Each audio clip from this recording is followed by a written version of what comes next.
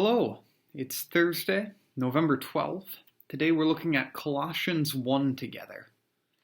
I'd like to encourage you to take some time and read Colossians 1 on your own. Maybe take some time to think through it and think about what you think the passage means, what God is saying to you through it. And then come back and watch the rest of this video.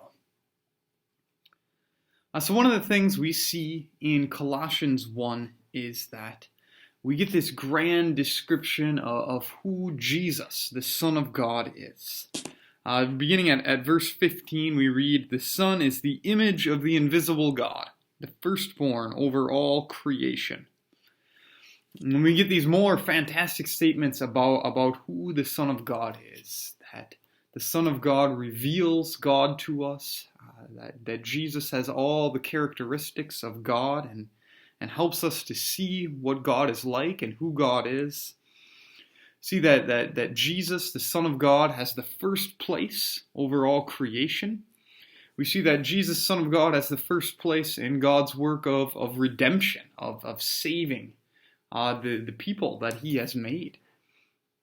When we talked about Ephesians 2 a couple days ago, we talked about how God's saving work in Jesus has implications for us as individuals. That God takes us and brings us from death to life, pulling us out of sin into the freedom of living for God, enjoying God's grace, becoming like Jesus. We also talked about how God's saving work in Jesus has meaning for God's people as a community, how God takes all kinds of different people who are divided and unites us as one new people and brings us into a place where we can have right relationships with each other in addition to the right relationship we have with God through Jesus.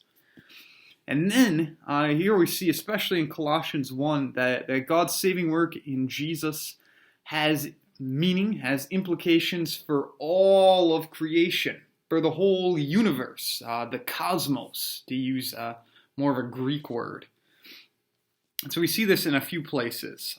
He is before all things, and in Him all things hold together, so that in everything He might have the supremacy. And through Jesus, God was pleased to reconcile all things to Himself, whether things on earth or things in heaven. And so we see that God's plan is huge. It's cosmic in scope.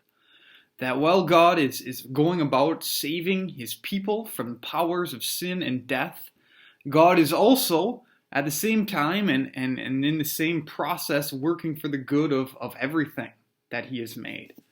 And so God's work is good news for His creation.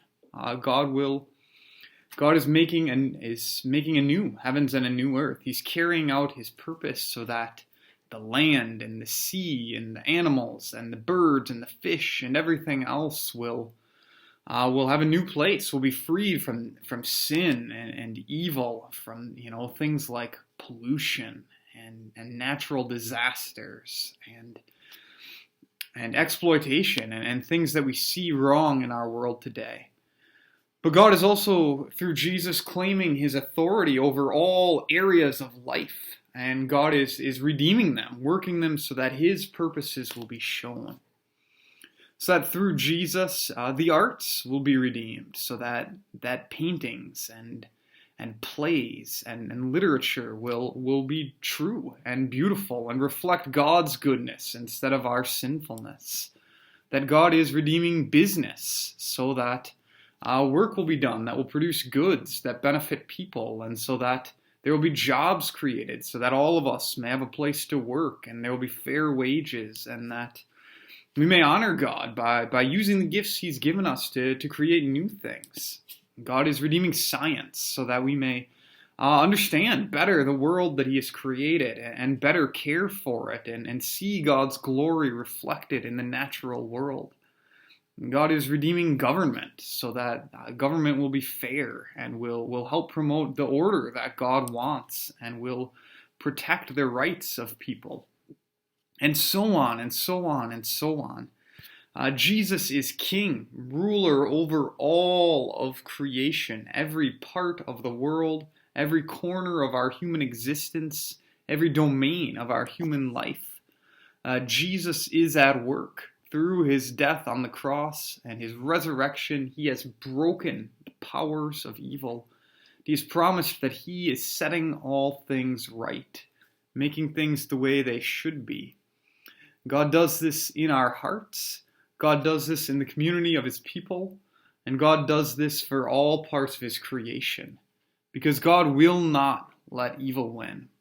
God is redeeming all things through Jesus Christ.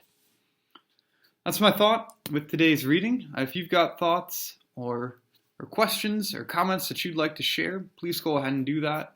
Otherwise, thanks again for watching. Have a great day.